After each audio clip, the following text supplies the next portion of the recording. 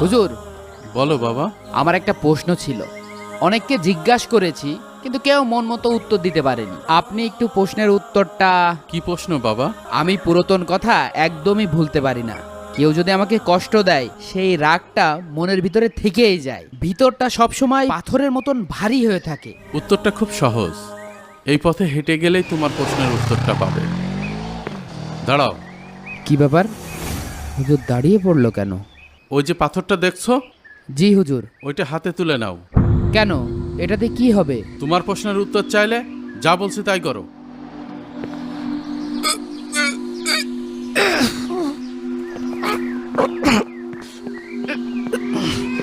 পাচ্ছি নে।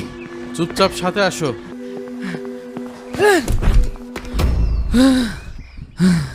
ফেলে দিলে কেন?